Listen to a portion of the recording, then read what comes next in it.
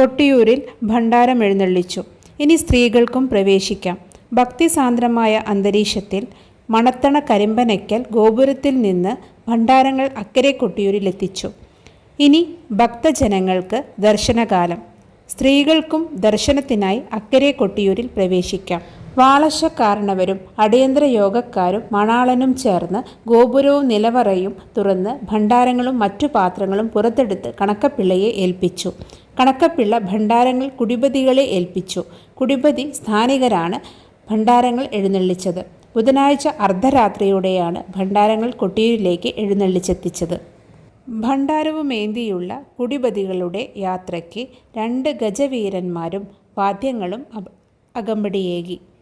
വാളശന്മാർ ചപ്പാരത്തെ ഭഗവതിയുടെ വാളുകളും ഭണ്ഡാരത്തോടൊപ്പം കൊട്ടിയൂരിലേക്ക് എഴുന്നള്ളിച്ചു. എഴുന്നള്ളത്ത് കൊട്ടിയൂരിൽ എത്തുന്നതിനു മുമ്പ് 5 ഇടത്ത് വാളാട്ടം നടത്തി.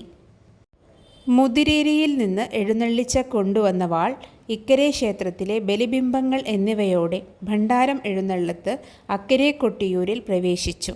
സ്വയംഭൂവിൽ ജലാഭിഷേകത്തോടെ നിത്യപൂജകൾക്ക് തുടക്കമായി.